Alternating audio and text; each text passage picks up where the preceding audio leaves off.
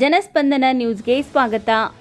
ಉತ್ತರ ಕನ್ನಡ ಜಿಲ್ಲೆಯ ಹಳಿಯಾಳ ಪಟ್ಟಣದ ಶ್ರೀ ಶಿವಾಜಿ ವೃತ್ತದಲ್ಲಿರುವ ಶಿವಾಜಿ ಮಹಾರಾಜರ ಪ್ರತಿಮೆಗೆ ಶಾಸಕರಾದ ಆರ್.ವಿ. ದೇಶಪಾಂಡೆಯವರು ಹಾಗೂ ಮರಾಠ ಸಮಾಜದ ಬಾಂಧವರು ಮಾಲಾರ್ಪಣೆ ಮಾಡಿ ನಂತರ ತಹಸೀಲ್ದಾರ್ ಕಚೇರಿ ಸಭಾಂಗಣದಲ್ಲಿ ನಡೆದ ಜಯಂತಿ ಕಾರ್ಯಕ್ರಮದಲ್ಲಿ ಪಾಲ್ಗೊಂಡು ಭಾವಚಿತ್ರಕ್ಕೆ ಪೂಜೆ ಸಲ್ಲಿಸುವ ಮುಖಾಂತರ ಜಯಂತಿ ಆಚರಣೆ ಕಾರ್ಯಕ್ರಮದಲ್ಲಿ ಮಾತನಾಡಿದ ಶಾಸಕರು, ಶ್ರೀ ಛತ್ರಪತಿ ಶಿವಾಜಿ ಮಹಾರಾಜರ ಆಡಳಿತ, ತ್ಯಾಗ, ಬಲಿದಾನ ಮುಖಾಂತರ ಹಿಂದ್ವಿ ಸಾಮ್ರಾಜ್ಯದ ಸ್ಥಾಪನೆಗಾಗಿ ಹೋರಾಡಿದ ಅವರ ಆದರ್ಶ, ಅವರ ಹಾಕಿದ ಹೆಜ್ಜೆ ನಮಗೆ ಮಾರ್ಗದರ್ಶನ.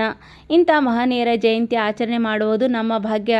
ಜಯಂತಿ ಕಾರ್ಯಕ್ರಮದಲ್ಲಿ ಪಕ್ಷಾತೀತವಾಗಿ ಸರ್ವ ಜನಾಂಗದ ಬಾಂಧವರು ಭಾಗವಹಿಸಿ ಆಚರಿಸುವಂತಾಗಲಿ ಎಂದು ಆಶಿಸಿದರು. ನಂತರ ಉಪನ್ಯಾಸಕರಾಗಿ ಮಾತನಾಡಿದ ಶಾಂತಾರಾಮ್ ಚಿಬ್ಬುಲ್ಕರ್ ಶ್ರೀ ಶಿವಾಜಿ ಮಹಾರಾಜರ ಇತಿಹಾಸ ಹಾಗೂ ಬೆಳವಡಿ ಮಲ್ಲಮ್ಮನ ಜೊತೆ ನಡೆದ ಯುದ್ಧದ ಸಾರಾಂಶದ ಬಗ್ಗೆ ಪರಿಚಯಿಸಿದರು. ಈ ಸಮಾರಂಭದಲ್ಲಿ ತಹಸೀಲ್ದಾರ್, ತಾಲೂಕಾ ಪಂಚಾಯತ್ ಕಾರ್ಯನಿರ್ವಾಹಕಾಧಿಕಾರಿ, ಸಿಪಿಐ ಸಮಾಜದ ಮುಖಂಡರುಗಳಾದ ಪ್ರಕಾಶ್ ಭಾಕ್ರಿ, ನಾಗೇಂದ್ರ ಜಿಒಜಿ, ಶಂಕರ್ ಬೆಳಗಾವ್ಕರ್, ಕೃಷ್ಣ ಪಾಟೀಲ್, ಸುಭಾಸ್ ಕೊರ್ವೇಕರ್, ಮಂಗಲ ಕಶಿಲ್ಕರ್ ಹಾಗೂ ಮರಾಠ ಸಮಾಜದ ಮುಖಂಡರು, ಸಮಾಜದ ಬಾಂಧವರು ಭಾಗಿಯಾಗಿದ್ದರು.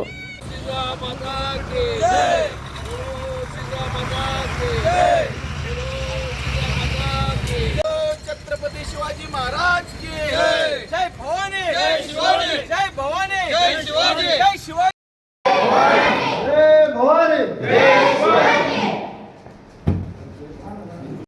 शिवाजी महाराज या धर्म विरुद्ध ಇದ್ದಿಲ್ಲ, ಯಾ ಸಮಾಜ ವಿರುದ್ಧ ಇದ್ದಿಲ್ಲ. ಆರ್ಮಿದಲ್ಲಿ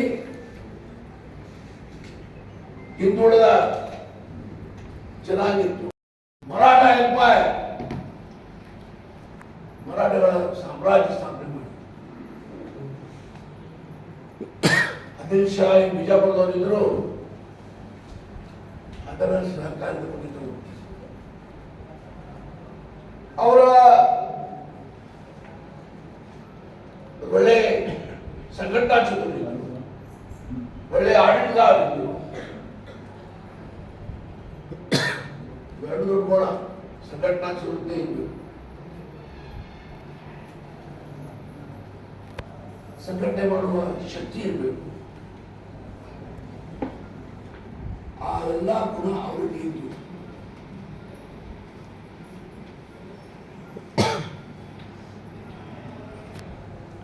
ಗುರೇಲಾವಾರ್ ಬೀಡಾವಾರ್ ಅಂತ ನಾವು ಹೇಳ್ತೇವಲ್ಲ, ಆದ್ರೆ ಛತ್ರಪತಿ ಶಿವಾಜಿಯನ್ನೇ ಯಾಕೆ ನಾವು ಆಚರಣೆ ಮಾಡಬೇಕಾಗಿತ್ತು ಅನ್ನೋದು ಬಹಳ ವಿಶೇಷವಾಗಿರುವಂತದ್ದು ನನಗೆ ಹೇಳಬೇಕಾಗಿರುವಂತದ್ದು. ಇಲ್ಲೇನಿದೆ ಅಂದ್ರೆ ಎಲ್ಲ ಅರಸರು ಪರಂಪರೆಯಿಂದ ಅಥವಾ ವಾರಸಾಹಕ್ಕಿನಿಂದ ಅರಸರಾದವರೇ ಹೊರತು ಸ್ವತಃ ಅರಸರಾಗಿರುವಂತವರು ಬಹಳ ಕಡಿಮೆ. ಆದ್ರೆ ಶಿವಾಜಿ ಮಹಾರಾಜರು ಸ್ವತಃ ತಮ್ಮ ಶಕ್ತಿಯಿಂದ ಒಬ್ಬ ಅರಸನಾಗ್ಯಾರಂದ್ರೆ ಅವರು ಛತ್ರಪತಿ ಶಿವಾಜಿ ಮಹಾರಾಜರು ಅಂತ.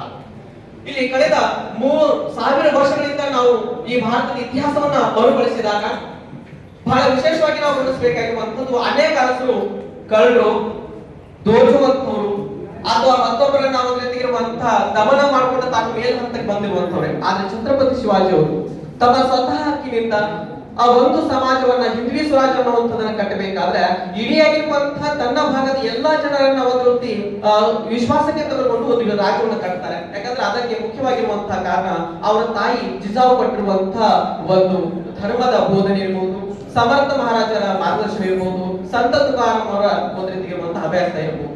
ಈ ಮೂರರ ಒಂದು ಹಿನ್ನೆಲೆ ಇಟ್ಕೊಂಡು ಆ ಸಮಾಜವನ್ನು ಕಟ್ಟಲಿಕ್ಕೆ ಮಾಡ್ತಾರೆ. ಹಾಗಾಗಿ ಛತ್ರಪತಿ ಶಿವಾಜಿ ಅವರ ಒಂದು ಕಾಲದಲ್ಲಿ 3 ರೋಚಕವಾಗಿರುವಂತಹ ಘಟನೆಗಳು ನಡೀತಾ.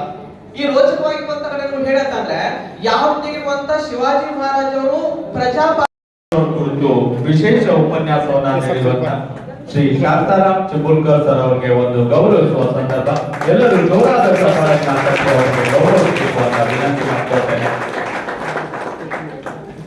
ಧನ್ಯವಾದಗಳು ಸರ್. ಇವತ್ತಿನ ಕಾರ್ಯಕ್ರಮಕ್ಕೆ ಆಗಮಿಸಿ ಕಾರ್ಯಕ್ರಮವನ್ನು ಚಂದಗಾಣಿಸುವಂತ ಸನ್ಮಾನ್ಯ ಸಾಹೇಬರಿಗೆ ಎಲ್ಲರ ವತಿಯಿಂದ